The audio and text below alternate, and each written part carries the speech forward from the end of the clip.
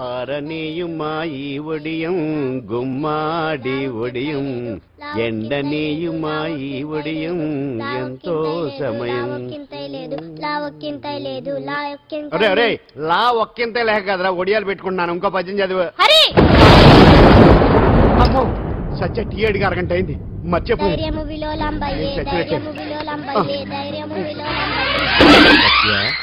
ఏంటి ఎంతసేపు అడిగి?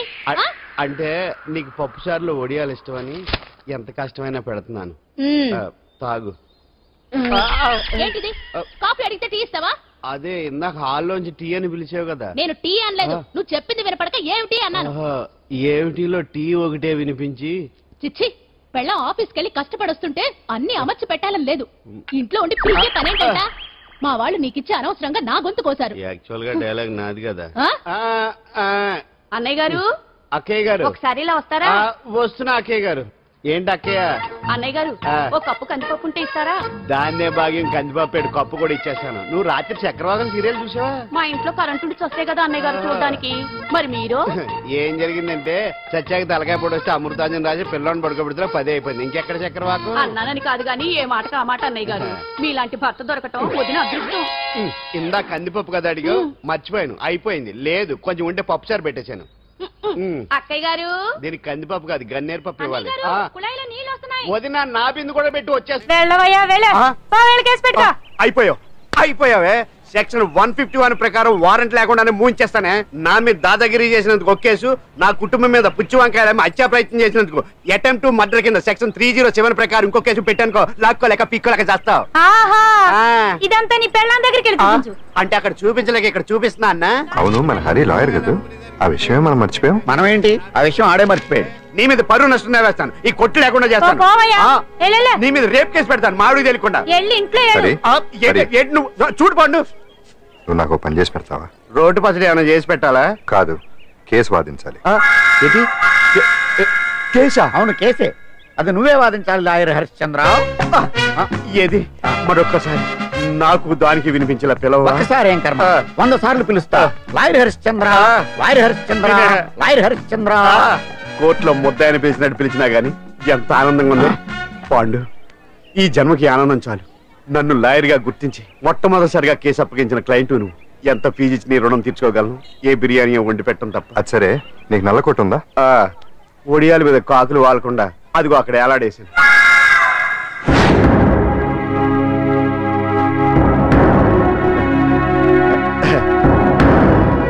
యువర్ ఆనర్, ఈ అంజలి నేరం చేసినట్టుగా సాక్ష్యాధారాలన్నీ బలంగా ఉన్నాయి కదండి.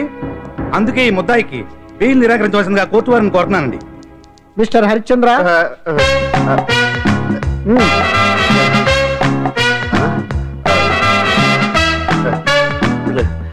యువర్ ఆనర్, ఆడపిల్ల జీవితం ఆవకాయ పచ్చడి ఒక్కలాంటిదే. ఉప్పు కారం తక్కువైనా, మెంతులు ఆవాలు ఎక్కువైనా, కల్తీ నూనె వాడినా, తడి చేతులు తగిలినా పచ్చడి పాడైపోద్ది. అలాగే తేడా వస్తే పచ్చడి ఆడపిల్ల జీవితం కూడా పాడైపోద్ది.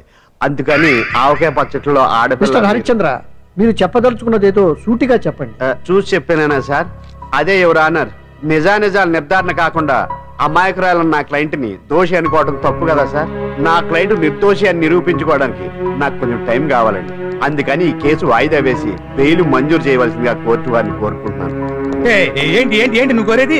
అబ్జెక్షన్ యువర్ ఆనర్, ముద్దాయి బెయిల్ మంజూరు చేస్తే సాక్ష్యాధారాలన్నీ తారుమారు చేసే ప్రమాదం ఉంది. ఓహో భలే పనేనే. సాక్ష్యాధారాలు తారుమారు చేయడానికి ఇది స్త్రీ చేసినంత ఈజీ కాదు పీపీ గారు. నా క్లయింట్ కి తెలియకుండానే ఎవరో కావాలని ఇంట్లో డ్రగ్స్ పెట్టి ఈ కేసులో ఇరికించారు యువర్ ఆనర్. ఇంపాసిబుల్. తన ఇంట్లో తనకు తెలియకుండా అంత పెద్ద మొత్తంలో డ్రగ్స్ ఎవరైనా పెట్టగలరా? అంతెందుకంట మీ ఇంట్లో మీకు తెలియకుండా ఎవరైనా ఏ వస్తువైనా ఉంచగలరా అని. ఓహో న్యాయం జరిపించండి, ధర్మాన్ని కాపాడండి, నాకు అన్యాయం జరిగింది. అతను వదలండి. థ్యాంక్స్ అండి మహాప్రభువులు. ఎవరయ్యా నువ్వు? ఏమైంది? సార్, సీట్లో కూర్చున్న శిబి చక్రవర్తిలా ఉన్నారు. నాకు మీరే న్యాయం జరిపించాలి, ధర్మాన్ని కాపాడండి. జరిగిందేంటో ముందుకొచ్చి చెప్పండి. నా పేరు వాలేశ్వరరావు సార్.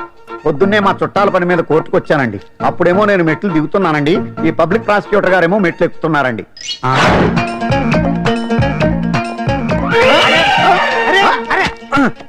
చూసుకొని బావద్దు. మీరు సడన్ గా ఆయన నన్ను డాష్ కొట్టారు సార్. సార్ కొట్టారా లేదు? కొడితే అవన్నీ పట్టించుకుంటావేంటి? పెద్ద మనిషి కదా, నేను పట్టించుకోలేదు సార్. తెర పక్కకెళ్ళి చూస్తే జేబులో పర్స్ లేదు, మెడలో చైన్ లేదు. తిరిగి చూస్తే ఈయన లేడు. అంటే ఈ నాకు డాష్ కొట్టినట్టే కొట్టి నా మెడలో చైన్ జేబులో పర్సు కొట్టేశారు సార్. నేను కొట్టేయడం ఏంటి? నేను నీకు దొంగలా కనబడుతున్నానా? త్వరైనా దొంగైనా దొరికేకే కదా సార్. భగవద్గీత మీద ప్రమాణం చేసి అంతా నిజమే చెప్తున్నానండి.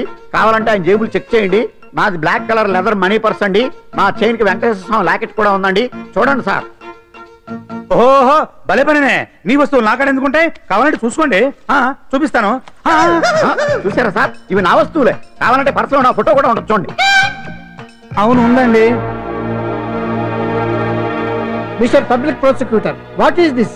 యువర్ ఆనర్, ఈ రెండు నా జేబులోకి ఎలా వచ్చాయో నాకు తెలియదండి. అర్థమైంది.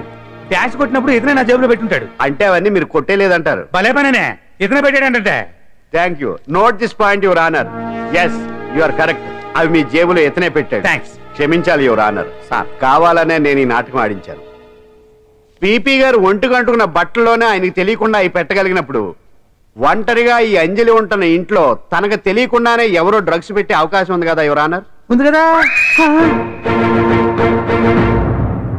ఈ కేసులో ముద్దా అయిన కుమారి అంజలికి బెయిల్ మంజూరు చేస్తూ ఈ కేసును వచ్చే నెల 5వ తేదీకి వాయిదా వేయడమైనది. భలే పనేనే. చంద్రమా రాత్ ఆధీ రహ న జాయే తేరే మేరే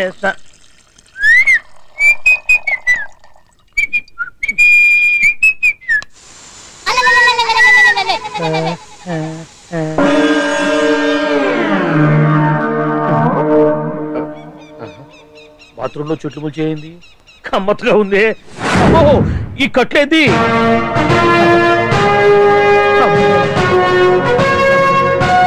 వామ్మో, నేను ఎక్కడున్నాను?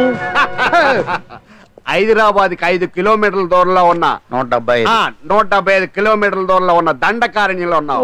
నాయను మీరంతా గడపలు చూస్తే తెలవట్లేదా? అడవిలో అన్నలం. నేను మాత్రం తమ్ముణ్ణి. మీలో తమ్ముళ్ళు కూడా ఉంటారట. అన్నలు ఉన్నప్పుడు తమ్ముళ్ళు ఉండకూడదా? నువ్వేంది బాణం పట్టుకున్నావు? గన్నే పట్టుకోవాలా? బాణం పట్టుకోకూడదా? కొత్తగా థింక్ చేయండి రా. Control control. వామ్మో, నేను ఇంకా అబ్బాయి అనుకున్నా. అడవిలో కూడా ఐటమ్ అదిరిపోయిందే. క్యారే సాలే, రామక్క భీమక్క అల్లే సీతక్కకి లేన స్టవ్ అలవాటు పొరపాటు అయిపోయిందక్క. ఎందుకు నన్ను ఇక్కడికి ఎందుకు తీసుకొచ్చినట్టు? మీ బావ మినిస్టర్ భగవాన్ చేసిన పాపాల్లో నీకు కూడా పావల వాటా ఉందని తెలిసింది. అందుకే మా అన్న నీ తోలు తీయడానికి ఇక్కడ తీసుకురామన్నాడు. పావలా వాటా? భలే వాడివే. ఆయన చేస్తుంటే నేను ఏదో పక్క నుంచి చూశాను తప్ప నాకు అందులో 5 పైసలు వాటా కూడా లేదు. నీ మీద ఒట్టు. ఆ మొక్క నువ్వు మా అన్నకి చెప్పుకో. ఆయన ఎవరు? ఆల్ ఇండియా అన్నలకి అన్న రామన్న ఇలియాస్ రవన్న. అన్నకు అసలే హై బీపీ. నువ్వు కరెక్ట్ సమాధానం చెప్పిన కింద ఉంటావు, లేకుంటే హెల్ పైకే. ఆయన ఎక్కడ? అడిగో చూడు, అన్నగారు వస్తుండ్రు.